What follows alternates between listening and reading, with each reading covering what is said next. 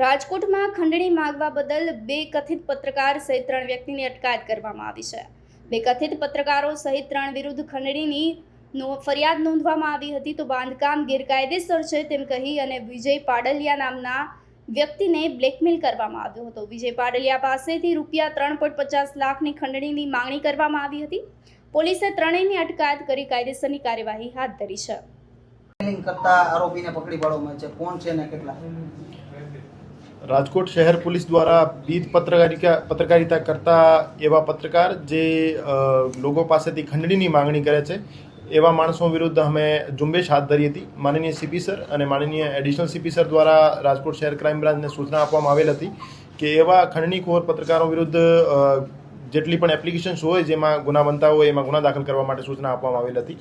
તો એ ઝુંબેશના ભાગરૂપે ફરિયાદી વિજયભાઈ પાડલિયા દ્વારા રાજકોટ શહેર ક્રાઇમ બ્રાન્ચમાં એક ફરિયાદ આપવામાં આવેલ હતી। એમાં હકીકત એવી હતી કે ફરિયાદીનો યુનિવર્સિટી રોડ પર એસીપી નામનો એક હોસ્પિટલ છે, એમનું બાંધકામ ચાલુ હતો। તો એમના બાંધકામ બાબતે આરોપી અમિતભાઈ ઠક્કર જે કે ભારત હેડલાઇન નામનો છાપો ચલાવે છે, તો અમિતભાઈ ઠક્કર દ્વારા અવારનવાર એમના હોસ્પિટલ બાબતે ન્યૂઝ છાપી એમની પાસેથી પૈસાની માંગણી કરવામાં આવેલ હતી અને ફરિયાદીના જણાવ્યા મુજબ એમની પાસેથી 3 લાખની ખંડણી અમિતભાઈ ઠક્કર દ્વારા માંગવામાં આવતી હતી। અને આની સાથે સાથે ફરિયાદી પાસેથી રાજકોટ લાઈવ ન્યૂઝના ભાર્ગવભાઈ હરીશચંદ્ર આચાર્ય નામના જે આરોપી છે એમના દ્વારા પણ 50,000ની માંગણી કરવામાં આવેલ હતી।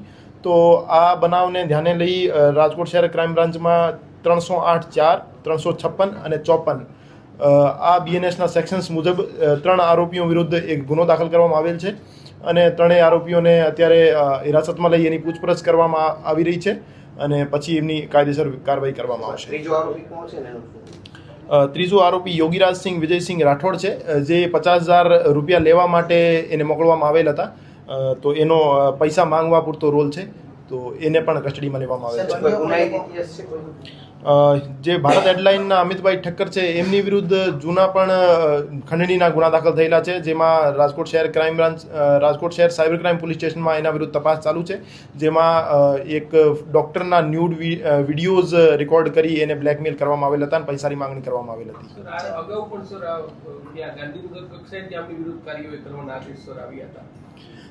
એને જે ખંડની માંગનાર જે છાપાના ઓનર છે એના વિરુદ્ધ કાર્યવાહી કરવા માટે અમે પ્રેસ રજિસ્ટ્રાર જનરલ ઓફ ઇન્ડિયાને લખ્યું છે અને એમની પાસેથી જે માહિતી આવશે એના આધારે એમના વિરુદ્ધ જે એના રજિસ્ટ્રેશન અને એના લાયસન્સ સસ્પેન્ડ કરવાની અને કેન્સલેશનની પ્રોસિજર પણ હાથ ધરવામાં આવશે। થોડા